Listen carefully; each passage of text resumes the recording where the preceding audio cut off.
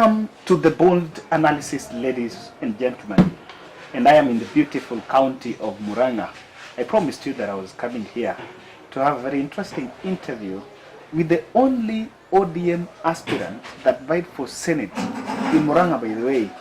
Has been so vocal in social media, speaking about what matters most to the people of this place. Honorable Regretting-Kinuthia. Asante sana. Asante sana. Thank you for this interview. Thank you so much. Asante sana. Yeah. Maybe let's start here. Just a brief introduction about yourself to our viewers. My name is Regretting-Kinuthia, and I'm a resident of Murang'a County. I've been born and brought up here, and I'm a youth.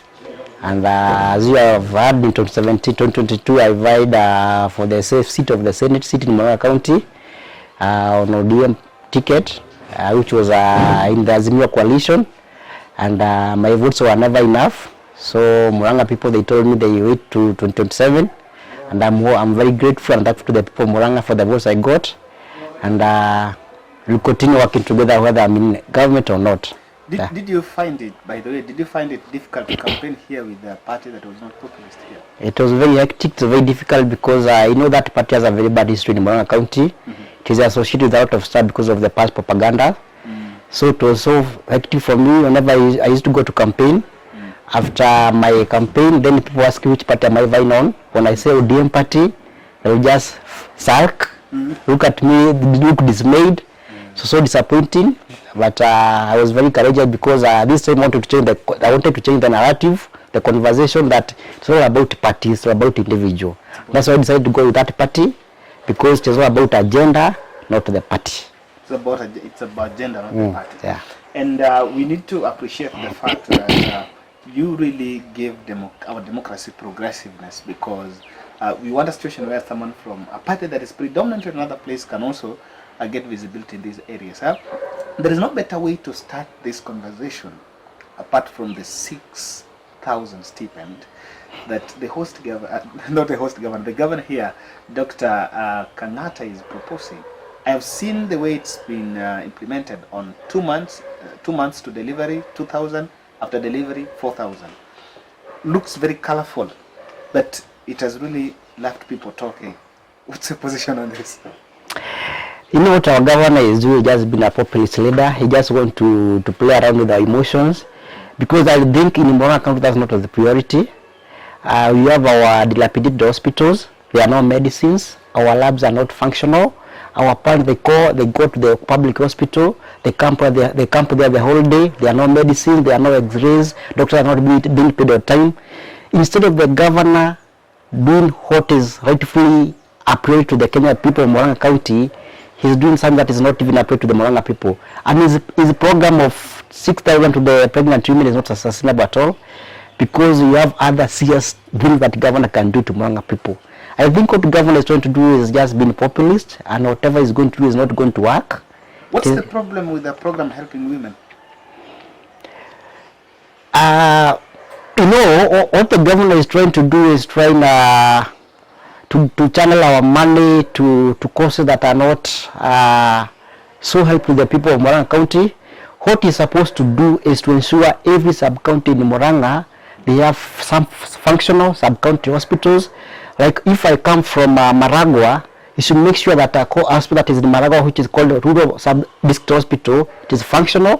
When I come from Genda, I go to Maragua District Hospital, I find the nurses are there, the hospital is functional, and I will not need those 6,000 shillings only.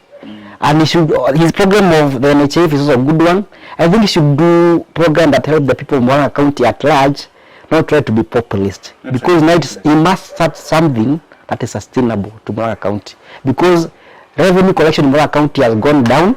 He should focus on that, raising our revenue collection, and he should channel that money to reviving our hospitals, reviving our agricultural sector, and that is going to be helpful to our people of Murang'a County.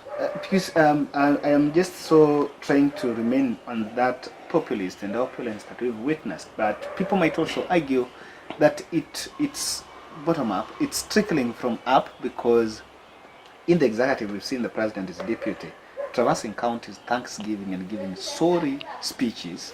We are sorry for everything. And Kenyans have really questioned this in the face of hard times and failed promises. Don't you think that populistic approach is what it's being done to cover for the mess? Before I go there, when I listened to my governor, Dr. Irungu Kangata, about the 6,000 stipend to the pregnant women, actually he said it's going to be like a fare, transport fare to the remuneration to transport reimbursement to the pregnant women. That when I'm going for when the pregnant woman is going for those clinics, after 2 months, 1 month, they're going to be reimbursed that money. That is not sustainable. Now to the issue of these that giving that have been done by the president and his deputy across the all 47 counties. They're being seen as populists. I think the problem with this regime is that it has not down on them that they have the power, they're in the government, they should roll their sleeves and get to work. These so many Thanksgiving rallies, prayer rallies, they are not help to the people of Kenya. We have high cost of fuel that they are supposed to be worked on. We have unemployment that should be looked into. We have high cost of unga, high cost of fuel, high cost of cooking oil, high cost of LPGs. Those are the major issues that the government should look into. Instead of spending money, you know, they took over the government. I remember they told us that they found the coffers to be empty. So you ask yourself, where are they getting these millions to spend every weekend, every Sunday, for which is going to is dubbed prayer rally, Thanksgiving rally? I think it is not bad to pray. We believe in God, and it is good to be thankful to God always. But it is good to get our priority right as a government. Let us not spend our money anyhowly. Let us plan our money and spend our money constructively and usefully to that and help our Kenyans. We have, and I'm really taking cognizance of the fact that this place, Mount Kenya, was at the center of this campaign. In fact, the whole country were looking at how Mount Kenya will behave. That's where the presidency will go. And so be it. We have seen after elections, just 45 days in office, we have witnessed demonstrations in this place. In Getundunop, we've seen a cancellation of Mau Road. And there seems to be an understanding that some internal resistance of rebellion is building. What do you think is the perception of people around here, especially in terms of government, in the light of what has been happening recently? Being a resident of Murang'a and having interacted with people on a daily basis from the grassroots, I think the perception towards the government or towards the president, who is President William Ruto, has not changed that much. The people of Mount Kenya, they still love that man. And they are still patient with that man because they bought the narrative that he found the government to be in a state of in a sorry state in terms of economy, in terms of economics. So they are very patient and they are not blaming him. And about the cancellation of the Mau Road, I think what Kenya did, they only cancelled the lot 4 section of the Mau Road that goes from Nyandarua to Nyeri. Yes. And it did not affect Murang'a people. It did not affect even Kiambu people. It only affected the people of Nyandarua and Nyeri. And it's going to have a bigger ramification in the economy because in Nyandarua they grow cabbages, they grow potatoes, and that construction of that road and completion of that road will have improved their rural economy. They have improved their agricultural practices because once they grow, the output, the harvest must taken to the market, and the key market was Murang'a, the key market was Nyeri, the key market was Kiambu. So the cancellation of that road somehow even affected the Murang'a people in terms of market for those. Because market for the potatoes there is in Murang'a and Kiambu. So, and the reason that they give is because they didn't do the environmental assessment before, and that is a mistake for the government because you cannot embark on such a huge high cost project without due diligence, and you have not having done the proper assessment to assert that everything that they're going to do is going to be legal. So that was a miscalculation, and I think Kenya should review their position on that and ensure this road is constructed for the benefit of Mount Kenya people, Murang'a people, Nyeri people, Nyandarua people, and Kiambu people. Because it was passing in the forest, so even the Kenya Forest Service was also included. But I just want to pick your real thoughts. Do you think the problem was this assessment report, or the problem was the money? Because there seems to be that maybe we are erecting hurdles on it, but the real problem is money.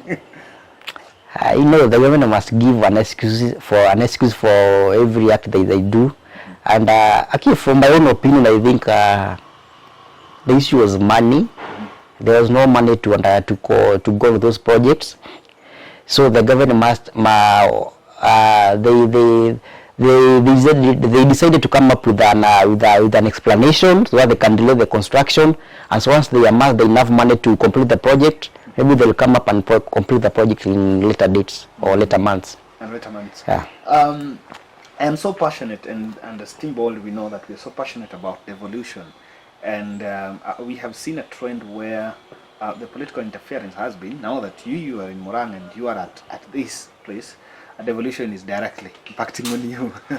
I want just to draw your attention to something. Raila Odinga went to Nyanza and personally installed speakers of the county assemblies. Here in Mount Kenya, in Nyandarua, UDA preferred a candidate, George Gatia, for the speaker of the place. And the MCS defied the party position after Vanessa Kamena wrote a letter, and they chose Waiganjo, the speaker. So there was a bit of that defiance, and gladly I've had a privilege of speaking to one of the MCS. And they seems to agree that the political interference is creeping in. Here in Nyeri, cabinet is yet named. What is your take on the national boys meddling with the county affairs? Most of the people that were elected in Mount Kenya, they were elected because of political wave. Yes. Most of them, they didn't have a clear agenda. Most of them didn't have a clear plan for the people. They rode on the party popularity and they got the seats. And some of them actually bought those nomination papers from the party. So to some extent, the management of those constituencies or those county government has an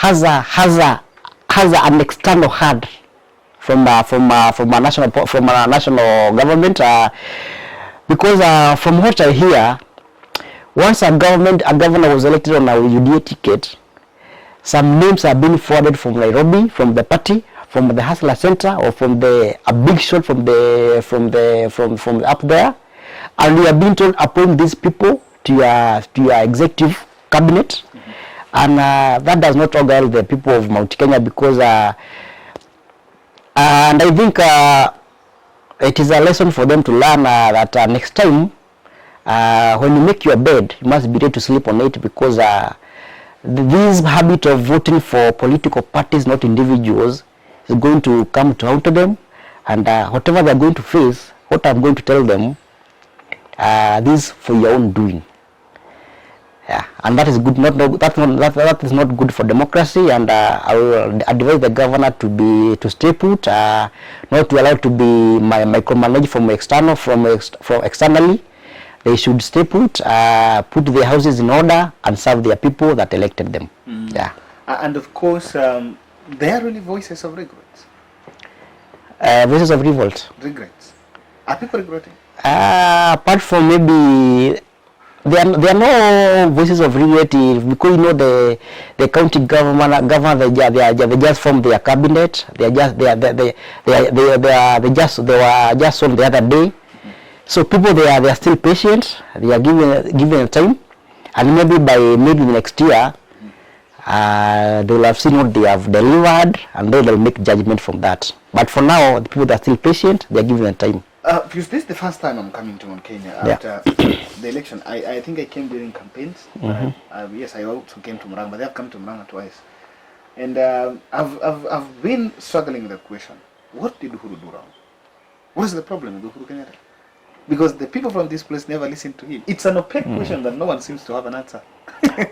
One Uhuru technically Uhuru never did anything to Mount Kenya people, because Uhuru General was a good person. He meant well for these people from Mount Kenya, and that's the rationale that he introduced, that he was behind the BBI, because the BBI was coming to increase more fund to Mount Kenya counties. So Uhuru meant well for these people, but unfortunately, Uhuru forgot the fourth rule of political philosophies. Yes. Be there where people they are seeing you. Yes. When you are not there, you create a vacuum. And you create that vacuum, when someone else come and fill that vacuum, you become irrelevant. So the biggest mistake Uhuru did is not to be in touch with the people from Mount Kenya. It's after re-election 2017, he disappeared from Mount Kenya. But he was the president of the whole country. He couldn't be here all through. But he never came even once. Even once he never came here. And then his politics of dressing down his the elected leaders from Mount Kenya, that was another undo that he did. Because you cannot stand as a president, then you dress down an elected leader by the people, and you disrespect that leader. So I think what Uhuru did was he was out of touch with the people of Mount Kenya. As much as that he had a good intention or he meant well for them, he was out of touch with these people, and he was out of touch with the leader that Mount Kenya elected, and he never read the mood of the people. Because if he read the mood of Mount Kenya people, he could have made better informed decisions, and maybe probably Uhuru could not have been the way he is now because he's totally unwanted in Mount Kenya, and he's the only outgoing president I know that has lost the blessings and the favor from his own backyard, and that has never happened in our history. Yeah. So what Uhuru did? Was it Uhuru betrayal or Ruto support? It was not a betrayal for. They did not side with Ruto because Uhuru betrayed Ruto. They sided with Ruto because Ruto was there for them. Okay. Yeah, it is like but he was there giving. It's like when you are married, you have your wife and you have a kid. When your father you are not present to your kid, you're always on your safaris or your workplaces. The kid might not. The child will consider the mother to be the both father and the mother. Yes. Yeah, so that's what happened in Mount Kenya. Yeah. Is there a project that Uhuru stole here that he never did? Because that stood so tall with the Gathi saying we are going to finish projects that are not done. Are there projects that you can point out? This one Uhuru started and never happened, especially even in Murang'a. Tibadam is going on. The Badam is going even here in Maragua. We have irrigation a dam that is ongoing, and it is under construction here in Maragua. That's going to enhance water supply in Maragua constituency. I think every project that Uhuru started himself personally, apart from those projects for Aro and Kimorer, every other project or those Kamarini stadiums, every project that Uhuru started, it is still either under construction or many of them they got complete. They were completed, and of course you understand there were challenges with the finances. The country was in a bad shape because we are just from COVID-19 pandemic. So in my assessment, despite so many cases of corruption in his government, he really tried, and we give him credit for that because under his administration, road network has expanded in our rural areas. Like in my village here, Itagaki Kenjeroine, since independence, for once you got a tarmac road that is going to the villages, and you have street lights. So let us give credit where it is due, and Uhuru tried. Yeah. Oh, now, what is before we finish that, I want to ask you something. But do you think Gachagua is in Uhuru's succession? Uhuru succession is over? In my own opinion, in my own view, I think Uhuru is finished. As in, not use the word finished. I think Uhuru's influence in our Mount Kenya politics has been whitewashed, and I don't think there is any comeback, because you cannot explain a sitting president with all those executive power and control and influences that you can lose favor in your own backyard and you are still sitting president. What about when you are outside the presidency? So I think Uhuru game plan is over in Mount Kenya. But is Gachagua the next kingpin? That's what I want to ask. I don't think Gachagua is the next king of Mount Kenya. He's the most famous. Because in Mount Kenya you have so many power struggles for that Mount Kenya kingship position. You have people who are coming over to represent Uhuru, that like you have Gachagua now, you have Ndindi Nyoro, and you have Alice Wahome. You have so many people. You have this former agriculture. You have Peter Munya, and you have Kinjuri. All those people, they just want to become. Even you have Kambogo from Kiambu. All those guys, they want to become the Mount Kenya kingpin, and they are going to join for that position from Gachagua. And from my own assessment, I think Ruto will not love Gachagua to be the king of Mount Kenya. Why? For many obvious reasons. What is the progress of your Ayala nomination? You pushing I was pushing to be nominated by the ODM party to be an MP in the East African Legislative Assembly, and I think those hopes have faded, and I've lost hope. I didn't apply. Actually, I didn't apply. Why? But you know, for that year position, you do not have to apply, because you know, being as a candidate, I already applied. I paid the nomination fee. I paid everything that is required. They have my names there. Even the girl that have been probed by the party to represent them in the EALA. Who is that? They didn't. I think not to mention their names because Oduma has not made that list official. Yes. Because although I have the names, yes. Some of them they never applied. You know, what I've come to learn in politics.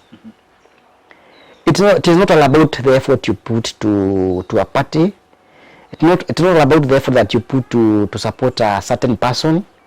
It is all about how close you are, and how much money you have, and how much influence are you around those people around them. If you are not that, doesn't matter how much you put, how much effort you put for that particular cause. Trust me, you are just doing, your effort are just futile. They're not going to You're benefit. amongst the few that sacrificed for Raila Odinga presidency in this place, and that's why Ledamon Kenya was insisting that Kanini Keg and you guys really need to be looked into. Don't you feel that you really deserve something? Maybe I call them Uhuru fans. You know, my support for our Prime Minister was not pegged for any benefit. You know, I've supported Baba for so many years. And I've supported that even without Baba knowing me whether I exist or not. I even remember I volunteered in 2007 to be an agent in Murang'a County, and Baba never knew me. So what I'm saying, I was not supporting Baba to expect anything in return. I was supporting Baba because I believe in him, I believe in his cause, I believe in the fight against injustice in our country, and I still believe in Baba, and I don't regret whether I got anything or I didn't get anything. Because it is their jurisdiction to decide whether someone deserved or somebody never deserved, and I will not walk in the path that some people have walked in the path, where after certain election dispensation, people they just want to malign a certain individual, the party that you are. In my life, I will never ever talk ill about my party ODM. I will never talk ill about my party Raila Odinga. I will only remain loyal to Baba and to ODM. Even if I'm going to take some political steps in the future for my own political growth in Mount Kenya, I will never ever in my life talk something negative about ODM or Raila. That's the decency in politics. Yeah. And that's what politics dictates. Yeah. Does it worry you that we had a hate-mongered politics in this election? There's a lot of hate messages, both camps. Personalization of William Ruto and demeaning of Raila Odinga phobia in Mount Kenya. Does it worry you that we were on a hate path? It does not worry me because that is our political culture in this country. Because what I came to realize when I vied is that when you have good intentions, when you are so clean, when you have decent language to the people, people will not take you seriously. So the only people who can remain relevant in politics in Kenya, it is to malign, to assassinate the other opponent, do politics of hate speech. That's how you excite Kenyans. That's how you trend, and that's how you gain favor from these Kenyans. So I think it is upon the Kenyans to demand decency from their leaders. Yeah, demand agenda, not hate speech, not character assassinating the opponent. Stick to your agenda, explain to them what you are going to do to them, and Kenyans must be accountable. They must hold their leaders accountable. Let's stop na nione. Usistop. Bonga ile. Bado tuna record. Bado tuna record. Usistop. Nakuonyesha? Okay, sawa. But dikin sababu inaweza katika yangu. Inaweza katika uanzishe. Sasa hiki katika uende uangalie huko. Sawa. Sawa. Bado ile 30 minutes ndio? 19. Bado na record. So, don't you think that I'm asking that question because I want to tell you my personal position. My personal position has been that the handshake was supposed to suppress the hate. And the peace that we enjoyed in these transitions because of the handshake between the two gentlemen previously. Even though at the campaign trail that was never realized, the peace that we wanted, separation of the hate, was never realized. But can you really take a position that the handshake really benefited what we have? It's a benefit of what we have now. I know you also want to talk to me about the plunder in that government. The handshake was a great initiative by the President of the Prime Minister. It was good intended, but unfortunately in the nature of selfishness in our politics, I think what the President could have done, could have called the Deputy President and the Prime Minister for a sit down. Then they talk as a team, they talk jointly together. They discuss all these issues about BBI, the issue that were raised in the BBI. They talk to them, all of them together. And then they say our problem is historical and you cannot solve our problem when you are still divided. This BBI, this handshake is not about alienating you as a deputy president. It is about uniting all leaders in Kenya so that they can work as a team. But I think, I don't know whether Uhuru did that or he never did that, but what I know is... Many times he did that. I think what he did was just informing the deputy on the progress of the handshake engagement, but I don't think at one point he sat down with the deputy president and told them we are going to sit down with the prime minister, we talk this thing, we work as a team, and I can assure you, you're not going to be overshadowed by the prime minister, you're going to be my deputy, you're going to be pale mbele, prime minister is hapa nyuma, na president akuji kuingia kwa serikali yetu. So let us work as a team. If we never make that clear to the deputy president, so the deputy president must have read some mischief in this handshake and he decided to fight the handshake for his own relevance in politics. So whatever Ruto did was selfish, but at the same time was good for his politics. It was good for his politics. Yeah, his politics. Because he's never did that. Right now maybe he could not have been the president of this country. Because he could maybe have been part of the problem that he was talking about the government, against the government, and people were saying you are part of the government, so don't tell us about the government. So it was a selfish thing he did, but at the same time, it was good for his new political survival. Because that is politics. He got over 800,000 votes here. In Mount Kenya. Including your vote. Yeah. Were those his three votes? Wow, those are three votes. Yeah, I vote here because these have been brought up. I voted in Moranga. It is true he got those votes, which was a very great improvement from 2017. And that was the highest he has ever gotten in Mount Kenya as a candidate here, as a Mount Kenya, as an outsider here. I think those were his real votes. I know I have had so many conversations about rigging, whatever. And the rigging might have taken place because for sure we never had agent in Mount Kenya for Raila. Because the agents were there and they were trained, but unfortunately the list was changed in the last minute. So the list that was changed, it was never forwarded to IBC. They were only given the letter of report to the stations, but the names were never forwarded to IBC. So when the agents were reporting the police stations, the IBC does not have your name. It only have the names of the former, the one that had been recruited like 2 weeks ago. So IBC cannot take you in as an agent of a particular candidate if they don't have your name. Because anybody can walk into a police station and say I'm an agent for Kinuthia or for Pius. But if they don't have your name to counter check, they will chase them away. And that's why we need not having agent in our police stations. Wait, Pius, you are saying, because I know, I'm talking from a point of knowledge, that in there are 2 counties, and there's no problem, it has been mentioned in this channel, Kirinyaga, the agents withdrew on Friday. In the election, on Monday, the election was supposed to be on Friday. Some agents withdrew. And so maybe ODM had to last minute hiccups to replace. There was a recommendation that you had to forward the name of the agent to IBC. Is there somewhere where agent would come and ODM has an agent, Rwanda doesn't have an agent, and it's just I want to get to understand this because I know the issue of agents was very emotive. Number 1, narrative, I want an agent. Number 2, they have not been paid. Number 3, this. The reason why Raila could not have agency is because the list was changed last minute. 3 weeks before election, I read the issue of them having recruited UDA sympathizers as agents in Mount Kenya. Yes. And that issue was taken casually. Actually, I remember I was even requested to help them recruit those agents, and I recruited as an agent in Murang'a County actually. But one day from Jubilee, I will not mention their name here. When they went there to ask if Murang'a has submitted their agent list, they were told, yes, we have this ODM senatorial candidate who helped us to recruit those agents. I remember that lady said, given that ODM person to recruit agent in Murang'a, it was I can quote her. We compare mileage because Murang'a is a Jubilee zone. Okay. You see, so that my list was drawn out, and it actually drawn out. And then she recruited another list. Now that list that was recruited, these guys were trained. Yes.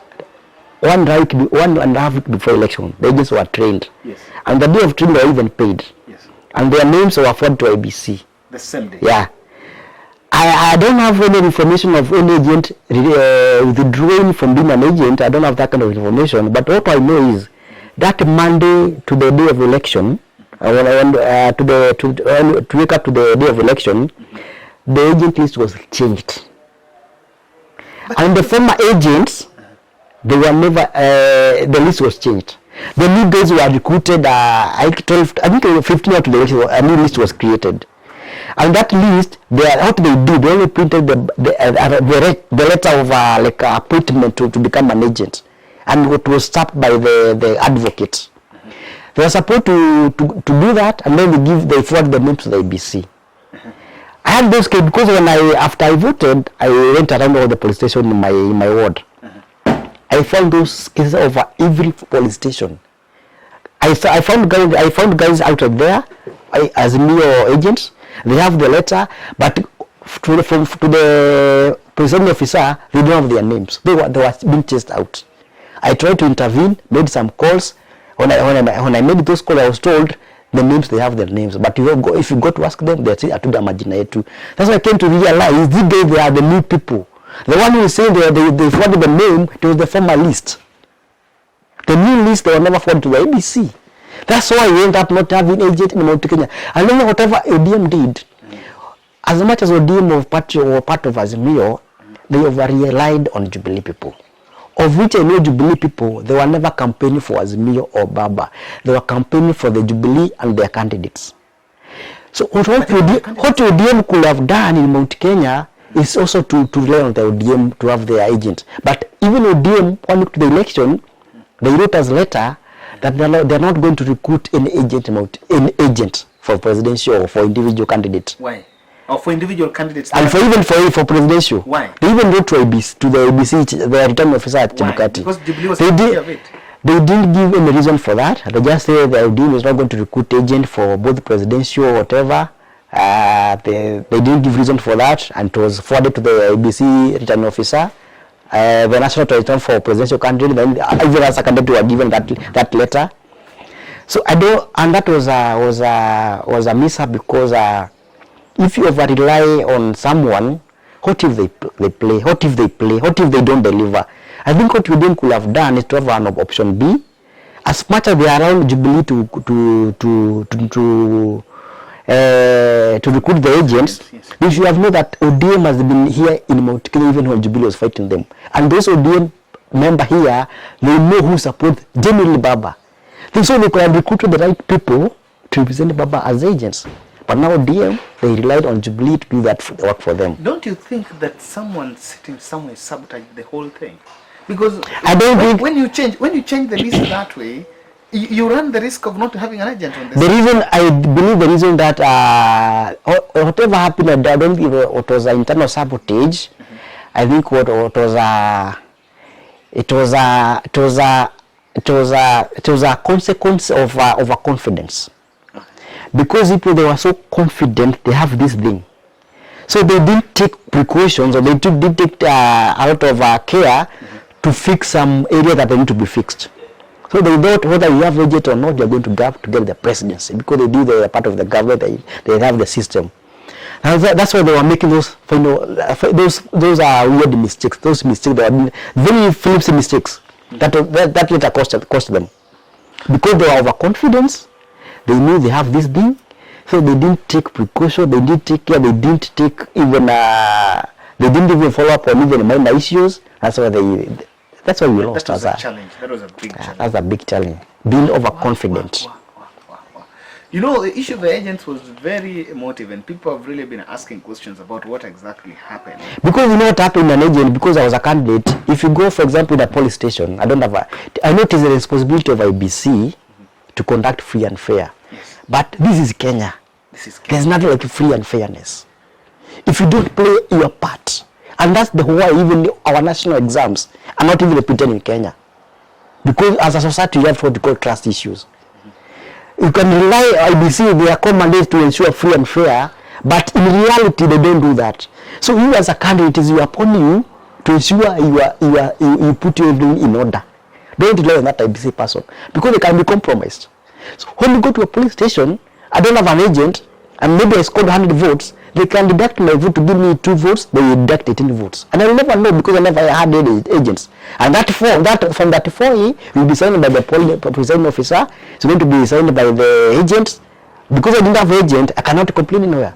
And we saw in the Supreme Court, when they tried to invoke that the issue of whatever the agent had is different from what the ABC has, they were told a very simple question. Hold it to your agent if it is what the thing is true, file an affidavit. So an affidavit to confirm is true, whatever I had as an agent is not whatever they are supplied. But there was also a position that there was hostility. There was no hostility. There was no hostility about Kenya. Then why would... It was so calm. People were supporting their candidate. It was not like 2017 or 2013. People were so calm. They were so accommodative. It was so peaceful. So if you had your agent, nobody was going to harass anybody here. I told you I used to do campaign with ODM. Nobody pelted my car with stones. Nobody jeered me. They only made me look disappointed because I'm vying on ODM, but they used to listen to me. So this time people they were like somewhat civilized. They did accept now things have changed. Let us listen to wait for politicians. Whatever agenda they have, we listen to them, but we'll make our decision when it comes to voting. So there was no hostility. Whoever failed in their planning, they should not blame on anything else. They should blame on themselves. The issue was on the planning. Yeah, the planning and strategy. And that touches on a very key aspect, that Raila Odinga was not the chief accountant of his campaign. You have run a campaign. Yeah, I've run a campaign. You've known the belief of people organizing meetings for you, and you pay them, and you give them money to go and pay. Then after that, they don't pay. That happens. Some of these things, people have argued that if Raila was a chief accountant, they would have been fixed. I think people who were around him, they failed him. Baba really trusted those people. You know, Baba at his age, he cannot be everywhere. He cannot be with everyone. He cannot know what is happening everywhere. And that's why he has those people, the people that he trusts, that they are going to deliver things on his behalf. But unfortunately, those people, they failed him. They failed him at all. Because even them, they relied on the system. They never did their homework well. Because I think the bigger confusion came from those 4 IBC commissioners. Because maybe at the back of their mind, they knew we are people from inside. And that's why maybe they could make mistakes here and there, because they knew they have people inside. And those people, they forgot they have no power to declare results. Now, you see, because I think those 4 commissioners, that they are the source of this, how these people are misled, they came from those 4 commissioners. They were given false information, false assurances, and all that kind of stuff. So whenever they sit down, they know we have 4 people there. So everything is going to work in our favor. Yeah. Wow. Yeah, Yani, you have really listened to do an election audit, people asking these questions. And what you've told me about agents, I think we will agree that even with the viewers of the board, that's something new. You know, I've done 2 videos asking people about the question of the agents. And what you've told us today is something new. That's the truth. That maybe people needed to know that the truth. And we've always said that I normally ask election audit questions so that you heal. Because he used to give intelligence what is happening. Like the one I told them that you guys, you have recruited agent from UDA supporters in Mount Kenya. As not even UDA, some of them are even campaigners for UDA. I told them this cannot work. Even to end up at police station to defend Baba's vote na support Ruto, Baba sina Ruto wake. Nikamwambia you guys, that is a miscalculation you have done. Even they are saying actually when I raised that issue, nobody actually was not thinking by the nobody. I can tell you nobody. The last thing I was told, there's nothing you can do because it's too late. Okay. Nothing you can do is because it's too late. It was a normal thing because it was 2 weeks before election. Yeah, some people used to tell us they tried to reach to some as a secretariat and there was like nothing can be done. You have been talking about elephant projects that were used to mint coins. We've seen in the campaign trail there was a pledge that we will run away from capital intensive and go to light labor intensive so that we give people money in the pocket. We have scrapped Kazimtani. Where are we?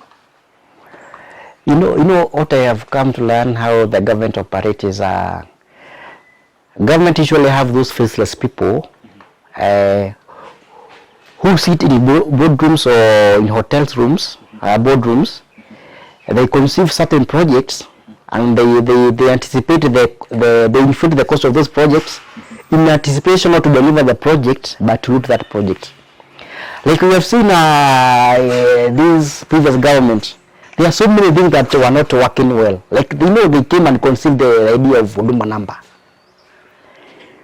The reason they did not take the due diligence when they are doing that is because the intention was not to implement that Huduma number, it's to loot.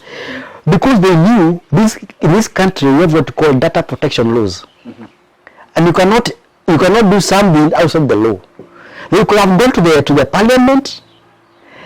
They present a bill of parliament regarding the same is be approved into law.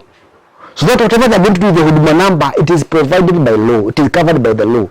But they never did that. And that's why it was challenged by the court, by someone in the court.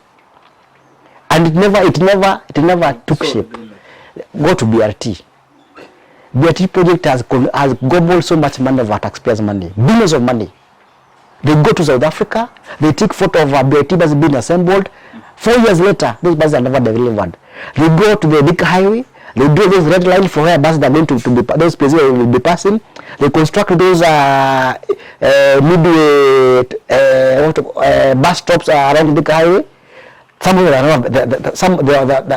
have never been completed. Actually, not some, all of them have never been completed. And you wonder, if the government meant for this project, why didn't the project get completed? Because the intention was on that project. The intention was to loot the money meant for that project. But don't you think that this was President Uhuru Kenyatta's blackmail? Don't you think he was being blackmailed? By who? By the same faceless people. So who are we supposed to blame? We're supposed to blame those people who don't know. You're supposed to blame the person Kenyans elected, the president. If he was not in charge of how this government runs, you cannot blame any other person. You can only blame him. And I'm saying this. One day, a Kenyan will wake up and go to court. And anybody who spent taxpayer money, you know the scandal of Golden Bag and Anglo-Leasing, those stuff. People are taken to court. One day someone will go to court and someone will pay for this Huduma number money that was spent and nothing happened. And someone is going to pay for this money was spent on this BRT project that never took shape. That never helped Kenyans. People are going to pay for that. About Kazimtani, I am so passionate about this because we used to employ even our mothers who could do kazi ya kufagia barabara. And by the way, the truth is that project was birthed to just make people have money. It was not about even cleaning barabara, because anyway, barabara ni walikilunga. So just to give. What do you think about it, Kuitoa? Personally, my position is that it was supposed to. I supported Kazimtani because we are told we lose 2 billion daily. And so introduce Kazimtani and giving our youth, our jobless youth some money daily, 500 per day. It is not good instead of that money being looted. So Kazimtani was so good and helpful to our people because unemployment is very, very serious in this country. So if you give that youth, that jobless woman, that jobless single mother, 500 per day, they are going to sustain themselves.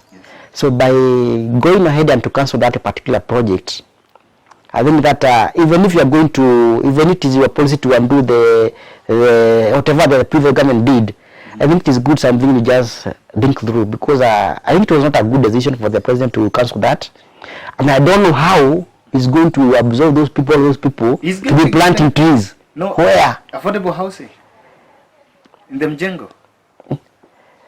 See, how affordable housing can they build? Can they build those affordable housing like in Maragua constitution? You know, in Maragua, here people have been, or in Kazimtani, like in Maragua now. In Maragua is a big constituency, you know, a big town. We have like maybe 1,000 people who are in Kazimtani. And that affordable housing project, they will not come to Maragua. Where will those people go? If it's going to be Nairobi, they will take people from Nairobi, and not all of them. Because I don't know, I don't think the president has the capacity to implement 25 to 50, how many houses he said you're going to build per day? I think he said to 50,000 per day. It is practically impossible. Even there's no funds for that. So I think he politely cancelled that Kazimtani and brought some and cover it up with some like you absorb it to the house to construct the affordable housing, or you're going to be absorbed to plant trees. So like polite way of telling them your job is done without hurting their feelings. I have two questions before I finish, and I've just remembered I'll talk to you about exploitative Sherlocks. But we've seen cabinet, and cabinet is out. The stake of Mount Kenya is so well served, if you ask me. UDA party is supposed to conduct elections here, and already party elections for the grassroots, and there's already a lot of problems into that. Do you think UDA is dying here before the next election? No, I don't think. And from our projection, UDA might be the strongest party in 2027 in Kenya, but then that one is pegged on their performance in the next 5 years. But Ruto being a very smart schemer, and even having won the president when he's outside the government, I think UDA will be the strongest party, might be the strongest party in 2027 if he implement whatever he's telling Kenyans. Because you know, the common mwananchi, they don't care the big word that you tell them during the rallies. They want to see results. And maybe after 1-2 years, they are going to judge Ruto based on what he promised and what he has delivered. But for now, I think UDA is still very strong here. And any by they're going to be done in Mount Kenya, UDA is going to get that seat. UDA will get that seat. They cannot even dream of losing that seat, because they are appointee to they are nominee to the cabinet. They are from UDA, so they cannot lose that seat to another party or to any individual person. So UDA is still a very strong party in Mount Kenya, and as time progresses, we shall see whether they are going to change. But for now, till the party of the people. Before you comment lastly on the expletives, Sherlocks, Raila lost presidency with all the state machinery. I remember we have had that conversation informally. And we've said we had all the states, the D-states, the fourth state, and every state around, except United States. If that was involved. Why did Raila lose election? Why did Raila lose election with all those support? People to heal. Election is not won at rallies. Election is won from how you guys you are planning your rallies, how you are strategizing your campaign schedule, and your campaign messaging. But I think, from my own honest opinion, we lost as me and Baba lost because people around him, they never did their homework that Baba entrusted them to do. They never delivered on behalf of Baba. Baba trusted them, but they failed Baba. Uhuru delivered their target. Uhuru delivered the target. Uhuru did give us everything that we wanted. Uhuru gave us everything. And I remember even before election, Uhuru visited Mzee. So Uhuru meant well for Baba, and Uhuru really wanted Baba to get this seat. But now, when they come to planning, strategizing, implementing, execution, the people around Baba failed Baba. Exploitative Shylocks. This has really made you speak to the corporates. Aren't you afraid of clashing with the corporates? I've been doing a story about this. Actually, one of them did told me they are not Shylocks, they are microfinance institutions. Yes.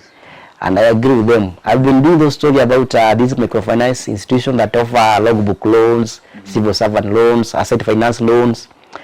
And from the complaint I got is that these people have been they are exploiting these people mercilessly. Nasema? Imefika 20 minutes. Imesha clock. Bado. Ita clock, itasimama yenyewe. So these people they are exploited. They pay very high interest rates. There are so many hidden charges inside there. They don't even give this contract to this client. Then they repossess their assets without even explanation. If you default even 2,000 for 1 month, they come and take your asset. They auction it. Then there are so many exploitations. That's why I decided to speak about that. And I'm going to stand with the Kenyans. And we are going to speak with the CBK. We are going to speak with the relevant stakeholders that these microfinance must be streamlined. They must operate ethically. Do not exploit Kenyans. Kenyans are poor people. They are just trying to make ends meet, and be ethical in your dealings. And you are going to expose them. And when it is necessary, you're even going to sue them. Yeah. Wow. I'm even wondering why you've not yet decided that you're going for the next seat. It is too early, you know. And there is another election in town. You should be going back to the ballot. I'll make the decision maybe at this time, maybe near to the end. But for now, I've not made a decision of voting again, because voting in this coming election, because I've realized money is all about, politics is all about money, especially when you have a political seat, and money is not for campaign. Money most of the time is not for campaign. What I've come to realize, money is for the party that you are vying with. Money is for you to gain favor from your party, and for you to gain favor from the people in your party, you must have some money. Either you fund the activity of that particular party, or you fund that party. That's why maybe you can because that's what people do to get those nomination certificates most of the times. And at times you can maybe have a grace, you vie without money, people they accept you, and these people they are left with no choice, they have to support you. Like that Bomet woman rap. Yeah, that Bomet woman rap. Yeah, she vied against very big rich people. They were even against them. But what I love about that area is that if it were some political parties, that lady will have been forced to step down for those people who are moneyed. Yes. But for Ruto and his party, that's why sometimes I say Ruto is a good man. He gave that lady an opportunity and he said, go to nominations. Let the Kenyans decide. Because if it were some political parties, that lady, because she's a hustler, she has no money, she has no connection, she has no influence. She could have been caught in a boardroom, being like that she's going to be given a job after the government has been formed, and being told to shave her ambition in favor of that person who is richer than her. But Ruto give that people opportunity. Go to the ballot nomination, whoever loses, whoever wins, we are with that, we work with that. That was good, and I support that, and I applaud that. I want to finish by commenting on whether I've seen attacks on Raila by Gachagua and the team, since Raila said he seems to be still staying around with us here in politics. Do you think those attacks are friendly for our country? Yesterday, Gachagua was here. Even today he responded. Even today he responded to Raila again. Today? Yeah. Where? He was An event. It was a corporate event that he was the chief guest there, and he still responded to Raila. And I make that's why I'm saying Baba should not fight for these thankless Kenyans. Because I remember in 2017 when Uhuru was winning his campaign, I remember he told us, he came to Mordecai and he told people, the reason I have not performed so much is because this mzee has been making noise for me. Ananipigia kelele. Ndio maana nimeshinda kufanya kazi. So at one point, maybe I know Kenyans are very gullible. Maybe along the way, if we continue attacking and talking about the government, these people might turn it out against Baba. They say the reason we are facing these challenges is because mzee is sabotaging us internally and externally. So they might blame their failures to Baba. And Kenyans are very gullible. They might believe that. Their support might believe that. That's what I'm saying. Let those people who voted for these people hold them accountable. Because you are the one who came to me, campaigned, promised, who can promise so many things. So if you don't deliver, it is not upon the Baba's responsibility to go and say the government have not delivered. It is me to tell you as a voter, you promised ABCD, you have not delivered. So it is people to be opposition to the people that they elected. Yeah. Wow. We've come to the end of it. What could be a parting shot? I just want to thank God Almighty because I have seen signs of rain. It has been so long. It has been so dusty, drought, and we hope the rain is going to rain. I also want to thank the Murang'a people for how they voted for me in 2022. Despite my small ways, they stood with me. Thank you so much. And I will continue fighting for you. When the government is not going to deliver whatever he promised us, I will fight for you.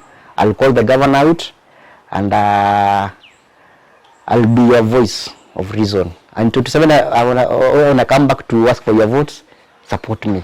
Wow. Yeah. You finally said you're coming back. Thank you, guys. Thank you very much. That was the bold analysis with Honorable Regretting-Kinuthia, who vied for senator seat here in Murang'a through ODM party. And of course, I will always said that we want to talk to the voice of the community. And you can give us our next guest. Asante sana. See you to the next. Hey, dakika ngapi? Buda angalia hii. Ulikuwa unaangalia hii? Hii.